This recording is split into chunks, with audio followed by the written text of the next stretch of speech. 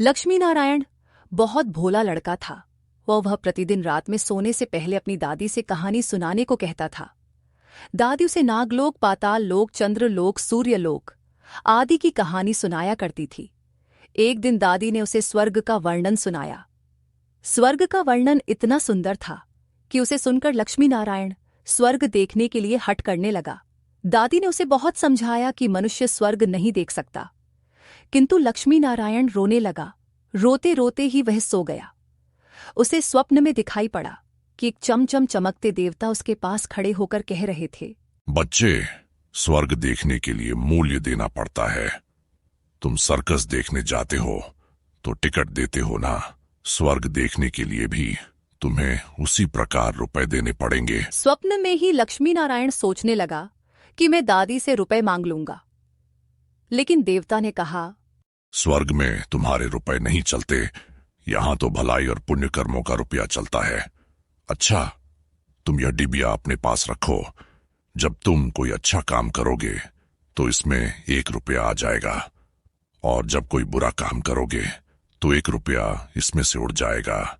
जब यह डिबिया भर जाएगी तब तुम स्वर्ग देख सकोगे।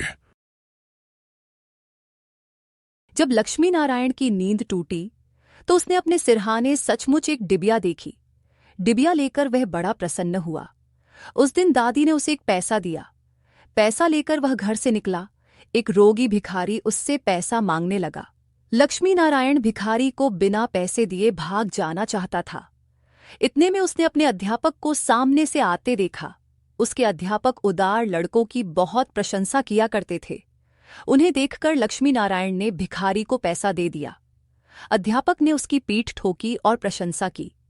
घर लौटकर लक्ष्मी नारायण ने वह डिबिया खोली, किंतु वह खाली पड़ी थी। इस बात से लक्ष्मी नारायण को बहुत दुख हुआ। वह रोते रोते सो गया।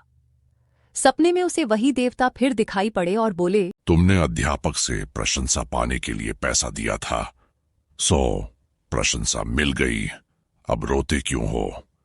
किसी लाभ की आशा से जो अच्छा काम किया जाता है वह तो व्यापार है, वह पुण्य थोड़ी है।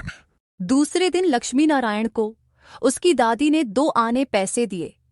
पैसे लेकर उसने बाजार जाकर 2 संतरे खरीदे। उसका साथी मोतीलाल बीमार था। बाजार से लौटते समय वह अपने मित्र को देखने उसके घर चला गया। मोतीलाल को देखने उसके घर वैद्य आए थे। वैद्य जी ने दवा देकर मोतीलाल की माता से कहा, इसे आज संतरे का रस देना। मोतीलाल की माता बहुत गरीब थी। वह रोने लगी और बोली, मैं मजदूरी करके पेट भरती हूँ। इस समय बेटे की बीमारी में कई दिन से काम करने नहीं जा सकी। मेरे पास संतरे खरीदने के लिए 1 पैसा भी नहीं है। लक्ष्मी नारायण ने अपने दोनों संतरे मोतीलाल की मां को दिए। वह लक्ष्मी नारायण को आशीर्वाद देने लगी। घर आकर जब लक्ष्मी नारायण ने अपनी डिबिया खोली तो उसमें 2 रुपये चमक रहे थे।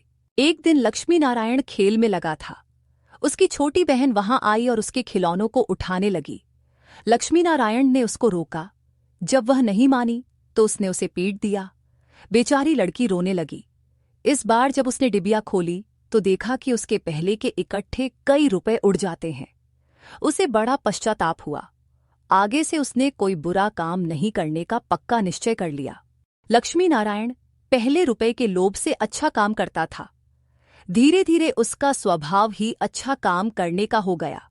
अच्छा काम करते करते उसकी डिबिया रुपयों से भर गई। वह स्वर्ग देखने की आशा से प्रसन्न होता। उस डिबिया को लेकर वह अपने बगीचे में पहुंचा। लक्ष्मी नारायण ने देखा कि बगीचे में पेड़ के नीचे बैठा हुआ एक बूढ़ा साधु रो रहा है। वह दौड़ता हुआ साधु के पास गया और बोला, बाबा, आप क्यों रो रहे हैं? बेटा, जैसी डिबिया तुम्हारे हाथ में है वैसी ही एक डिबिया मेरे पास थी। बहुत दिन परिश्रम करके मैंने उसे रुपयों से भरा था। बड़ी आशा थी कि उसके रुपयों से स्वर्ग देखूंगा, किंतु आज गंगा जी में स्नान करते समय वो डिबिया पानी में गिर गई। बाबा, आप रो मत, मेरी डिबिया भी भरी हुई है, आप इसे ले लो। तुमने इसे बड़े परिश्रम से भरा है, तुम्हें इसे देने से दुख होगा। मुझे दुख नहीं होगा बाबा। मैं तो लड़का हूं। मुझे अभी पता नहीं कितने दिन जीना है। मैं तो ऐसी कई डिबिया रुपए इकट्ठे कर सकता हूं। आप बुढ़े हो गए हैं। आप अब दूसरी डिबिया पता नहीं भर पाओगे या नहीं। मेरी डिबिया ले लीजिए। साधु ने डिबिया लेकर लक्ष्मी नारायण के नेत्रों पर हाथ फेर दिया। लक्ष्मी नारायण के नेत्र बंद हो गए। उसे स्वर्ग दिखाई पड़ने लगा। ऐसा सुंदर स्वर्ग की दादी जी ने स्वर्ग का वर्णन किया था। वह वर्णन तो स्वर्ग के एक कोने का भी ठीक वर्णन नहीं था। जब लक्ष्मी नारायण ने नेत्र खोला तो साधु के बदले स्वप्न में दिखाई पड़ने वाला वही देवता उसके सामने प्रत्यक्ष खड़ा था। देवता ने कहा, बेटा, जो लोग अच्छे काम करते हैं स्वर्ग उनका घर बन जाता है। तुम इसी प्रकार जीवन में भलाई करते रहोगे तो अंत में स्वर्ग में पहुंच जाओगे। देवता इतना कहकर वहीं अदृश्य हो गए। कहानी की शिक्षा, मनुष्य जैसे काम करता है वैसा उसका स्वभाव हो जाता है। जो बुरे काम करता है उसका स्वभाव बुरा हो जाता है। उसे फिर बुरा काम करने में ही आनंद आता है। जो अच्छा काम करता है उसका स्वभाव अच्छा हो जाता है। उसे बुरा काम करने की बात भी बहुत बुरी लगती है।